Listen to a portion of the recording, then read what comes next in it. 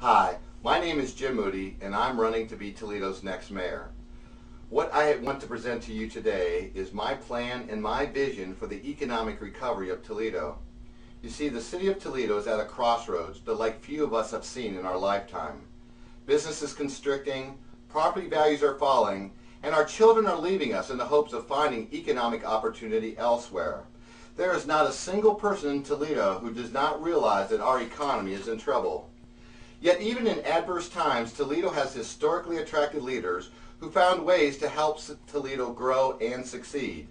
Leaders like John Willies, who provided a real payroll for his employees while other employers were paying in script during the Panic of 1907.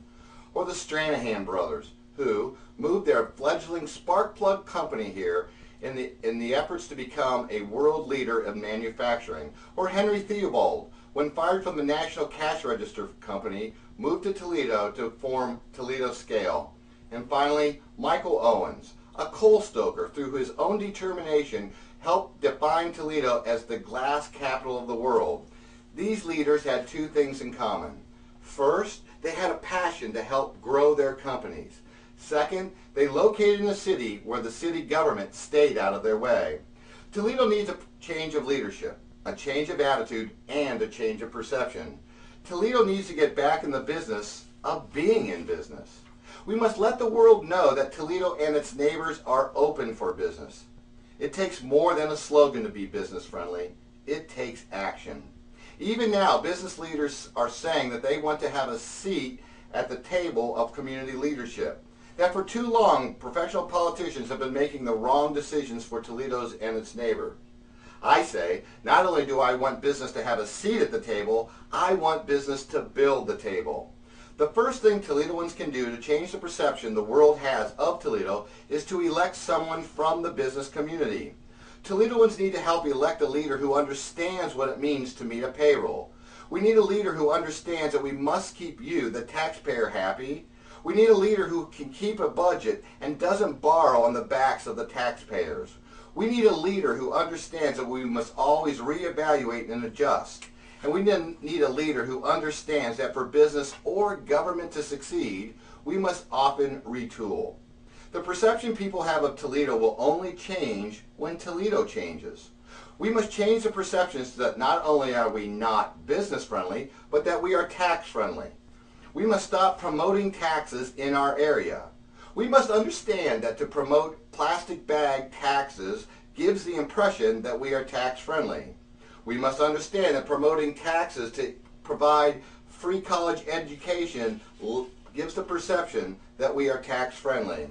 We must understand that to use taxpayer money to promote the private individual's right to own art gives the impression that we are tax friendly. We need to understand that business will not locate in a community that is addicted to taxes. We must change the perception that organized labor prevents business from succeeding, that organized labor prevents innovation, and that organized labor cannot work with management. One of the easiest ways we can let the world know that these perceptions are not true was suggested to me by a successful local businessman. I urge organized labor to invite management to walk with them in the next Labor Day parade, a parade where labor and management participates as equals. And that will show the world that Toledo is open for business and the greatest and most successful workforce in the world is ready, willing, and able to make our region a manufacturing and technology powerhouse. This sign of unity will be a first for the region, a first for the nation, and a first for the world. We must stop the impression that the city's government is going to compete with private enterprise.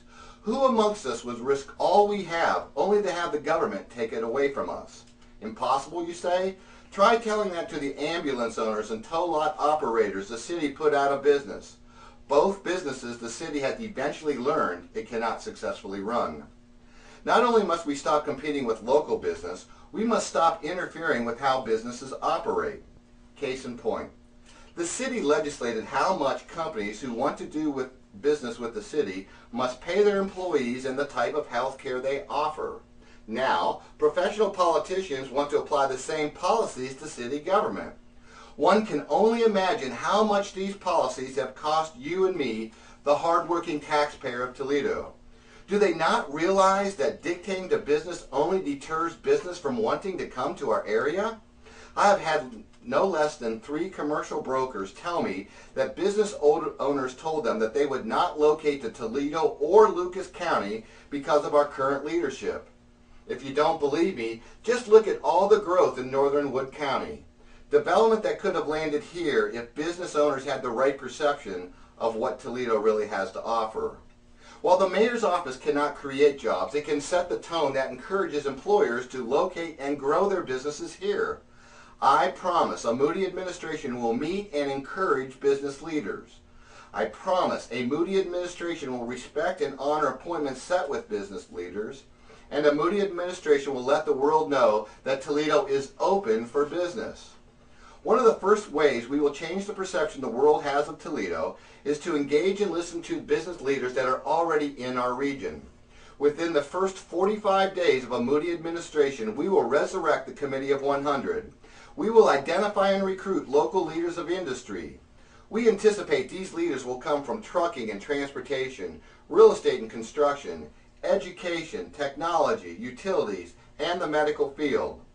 Unlike anything that's been seen in the past, these committees will meet no less than once each month, and we will establish and publicize our quarterly and annual goals. Goals that include attracting businesses and creating the best possible workforce. The first responsibility of these committees will be to identify and reduce the anti-business regulations that are stopping companies from expanding in our area. Second, we will develop a plan that helps businesses grow. Whether through trade expeditions or through mentoring programs, we will grow our job base here in Toledo. In addition to seeking the most brightest and most innovative people we have in Toledo, we believe that the leaders of Toledo must take the right kind of action. Not action that costs taxpayers money on unproven development schemes, but real action. We must fast-track intermodal transportation.